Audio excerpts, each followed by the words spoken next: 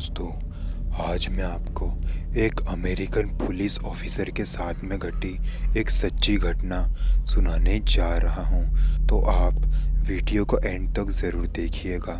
Video पसंद आए तो वीडियो को लाइक करें। आपके साथ भी अगर कोई सच्ची घटना घटी हो तो वो आप मुझे मेरे इंस्टाग्राम पर भेज सकते हैं। लिंक है नीचे डिस्क्रिप्शन बॉक्स में। मेरा नाम वेनिस है।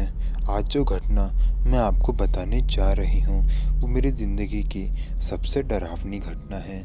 ये मेरी घटना जो आज मैं आपको बताने जा रही हूँ ये मेरे साथ मेरे ड्यूटी के दौरान ही घटी थी। दरअसल ये घटना है 1991 की। अभी तो मैं रिटायर हो गई हूँ, लेकिन पहले 1991 में मैं और मेरा एक पार्टनर जिसका नाम रॉबर्ट था, हम लोग रात में हर रोज़ पेट्रोलिंग किया करते थे। तो एक नॉर्मल सी ही रात थी। हमें एक कॉल आया जिसमें ये बताया गया कि एक आदमी कंप्लेंट कर रहा है कि उसके पड़ोस में गोलियां चलने की आवाज़ आई है। हमने उस घर का एड्रेस लिया और उस एड्रेस पर पहुंच के हमने देखा कि जिसने हमें कॉल किया था वो बाहर ही खड़ा हुआ था। उसने हमें सारी बात समझाई। उसने हमें ये समझाया कि उसने लगातार 2 बार गोली चलने की आवाज़ सुनी थी। उसने हमें जो घर बताया उस घर के अंदर हम लोग घुस गए। उसका मेन दरवाज़ा अंदर से बंद था। हमने बहुत आवाज़ें लगाई लेकिन किसी ने भी दरवाज़ा नहीं खोला। फिर रॉबर्ट ने ज़ोर से लात मारकर उस दरवाजे को तोड़ दिया और फिर हम दोनों घर के अंदर दाखिल हुए। जब हम लोग घर के अंदर दाखिल हुए तो पूरा घर एकदम अंधेरे में डूबा हुआ था। मैंने कैसे न कैसे करके अपने टॉर्च से उस घर की लाइटिंग का मेन स्विच को ढूंढा और सारे घर की लाइट चालू करी। वो घर बेहद ही सुंदर घर था। उस पड़ोसी के हिसाब से इस घर में एक बूढ़ा कपल रहा करता था और उनकी एक बहुत ही छोटी सी बच्ची रहा करती थी जिसकी उम्र करीबन 11 से 12 साल के बीच में ही होगी। मैं और रॉबर्ट उस पूरे घर को अच्छे से छान रहे थे लेकिन हमें पूरे घर में कोई नहीं मिला।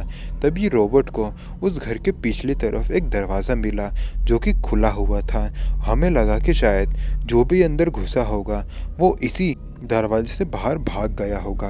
रॉबर्ट जैसे ही उस दरवाजे के पास पहुंचा तो उसे कुछ पैरों के निशान दिखे जो कि बाहर की तरफ जा रहे थे। हम लोग समझ चुके थे कि पक्का इस घर में चोरी हुई है और वो चोर ही इस घर में शायद 2 गोली चला के यहाँ से भाग गया होगा। रॉबर्ट उन पैरों का पीछा करते करते जंगलों में चला गया क्योंकि उस घर के पीछे जंगल शुरू हो जाते थे और वो पैरों के निशान जंगलों में ही जा रहे थे। और मैं अब उस घर में अकेली थी और पूरे घर को अच्छे से एक्सप्लोर कर रही थी। फिर तभी मुझे उस घर के नीचे से कुछ गिरने की आवाज़ आई। तभी मुझे पता चला कि इस घर के नीचे एक बेसमेंट भी मौजूद है। उस बेसमेंट में ही वो गिरने की आवाज़ आई थी। मैं उस बेसमेंट का रास्ता ढूंढ रही थी क्योंकि मुझे बेसमेंट का रास्ता मिल नहीं रहा था।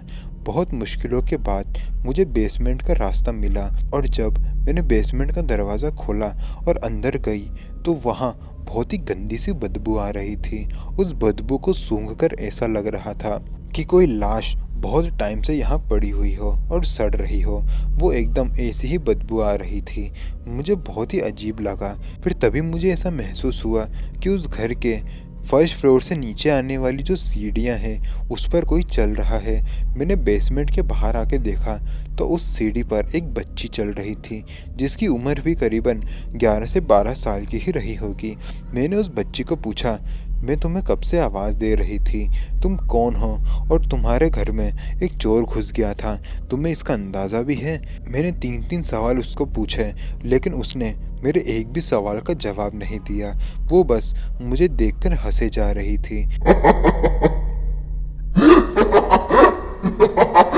फिर बहुत तेजी से भागते हुए वो मेरी ओर बढ़ी और फिर अचानक से गायब हो गई।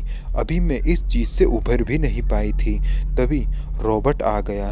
रॉबर्ट ने अपने हाथों में एक आदमी को भी पकड़ा हुआ था। वो आदमी एक चोर था जिसका नाम अल्बर्ट था। रॉबर्ट ने ये बताया कि ये उसे झाड़ियों के पीछे छुपा हुआ मिला। हमने फिर हेडक्वार्टर में फ़ोन करके बता दिया कि हमने इस घर में से एक चोर को पकड़ा है। बाद में मैंने जब उस चोर से पूछा कि आखिर तुमने इस घर में गोलियां क्यों चलाई थी, क्योंकि उसके पास से एक बंदूक भी बरामद हुई थी जिसमें से 2 गोलियां चल चुकी थी। उस चोर ने ये बताया कि वो इस घर में आया तो चोरी के मतलब से था, लेकिन उसके साथ एक बहुत ही अजीब सी घटना घट गई और वो वहाँ से भाग खड़ा हुआ।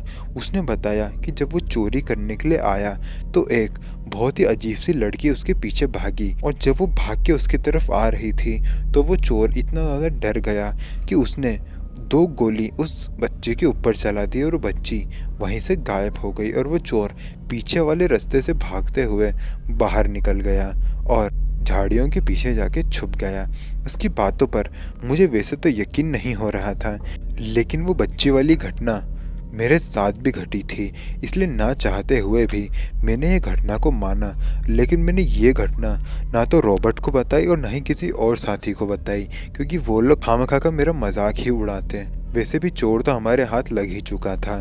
खैर, इस घटना के बाद भी मेरी ड्यूटी के दौरान मेरे साथ बहुत सी घटनाएं घटी, लेकिन अब वो सब आपको बताने का टाइम नहीं है।